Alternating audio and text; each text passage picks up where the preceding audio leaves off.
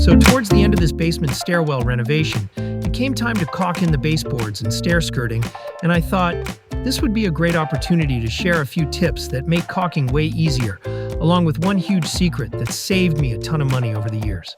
So for today's video, I'm going to go over 3 things that I always do whenever I'm caulking anything, as well as this secret technique that I picked up that allows me to waste way less product.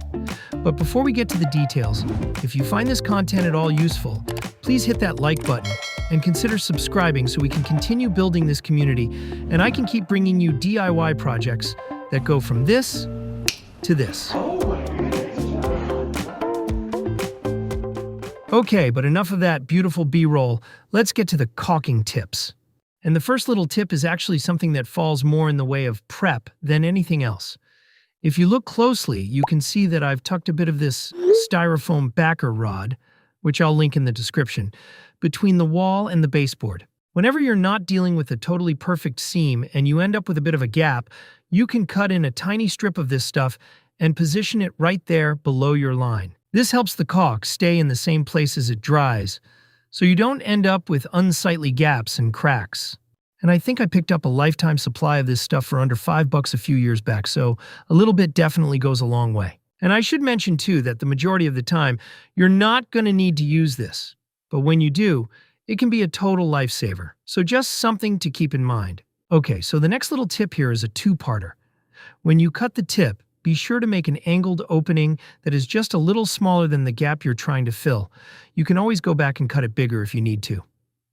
What I've found, in my experience, is that you're better off making multiple passes down your line with a smaller stream, whereas if the opening of your tube is massive, you get too big of a line like you see here, and then when you wipe it out, you end up with a bit of a mess. You're much better off just applying a small line, wiping it out with a finger or caulking tool, and then giving it a second pass. And as for part 2, I like to mark the top of the tip there with a Sharpie, so I can tell exactly where that angle is at all times. This is extremely useful as the tube will oftentimes rotate around inside the gun as you clear it out in between applications. And as for the third tip, be sure to keep a slop box with a number of damp paper towels handy throughout the whole process. This will allow you to clean off your finger and/or caulking tool in between applications, as well as re-wet your finger each time before you make another pass. I also highly recommend wearing some tightly fitting latex gloves as to keep this stuff off your hands. And remember that secret technique that I mentioned earlier that allows me to waste way less product? So what I've found is that on most jobs, I'll end up using around a half of a tube of caulk or so, and then you finish up, and in a few weeks you go to use that gun again, and the product has completely set up there in the tip, and you just lost half of that tube. The way I've learned to remedy this is as soon as you're done caulking, grab some electrical tape and proceed to wrap up the tip.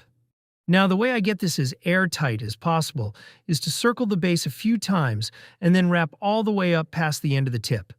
Once you've gotten around a ½ inch or so past, pinch everything shut and then fold it over onto itself. Then go ahead and wrap down the tube with a few more iterations, as you'll want a really airtight seal over the entire end.